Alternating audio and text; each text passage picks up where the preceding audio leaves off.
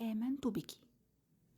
لم يكن يدرك من قبل أنه يمتلك كل هذا الكم من المشاعر بداخله خلف الحاجز الجليدي الذي يحيط به نفسه دائما، وأن له قلب مرهف فقط كان ينتظر من يزلزله ويدق بابه ليفتح على مصراعيه بقوة ويخرج هذا الكم من الحب والمشاعر الدافئة التي تخيل يوما ما أنها نضبت إلى الأبد.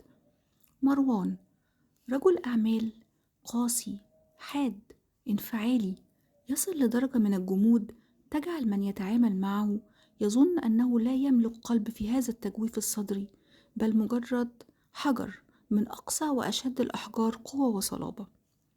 يسحق الجميع من أجل مصلحته، يتحكم بالآخرين بكل برود فقط من أجل أن يصل إلى أهدافه. ولكن مع ذلك فقد كان في يوم ما إنسان رقيق المشاعر لدرجة لا توصف، محب حنون عطوف طيب إلى أبعد الحدود. ولم يكن ذلك من بعيد، فقط منذ 6 سنوات. خرج مروان من مكتبه بعد عناء يوم طويل يكاد لا يبصر الطريق أمامه من شدة التعب والإرهاق. كانت عقارب الساعة تشير إلى 1 بعد منتصف الليل. توقف قليلا أمام سيارته الفخمة، ثم لم يلبث أن تركها وسار على قدميه بعد أن وضع حقيبته على المقعد الأمامي بهدوء وأغلقها ثانية.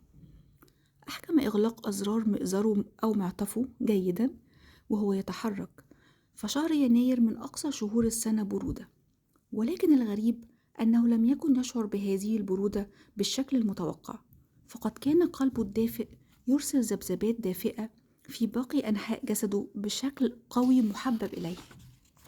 قلبه توقف للحظات أمام الكلمة وهو يشعر بدقاته المرتفعة، فهذا القلب الذي تصور أنه مات منذ 6 أعوام ها هو عاد ليحيا وتدب فيه الحياة بقوة وبشكل لا يستطيع تفسيره، فقط منذ 3 أشهر منذ ظهورها في حياته. مريم، فقط تذكره لها ونطقه لاسمها بعث في جسده رعشات محببة ورسم بسمة رقيقة على شفتيه.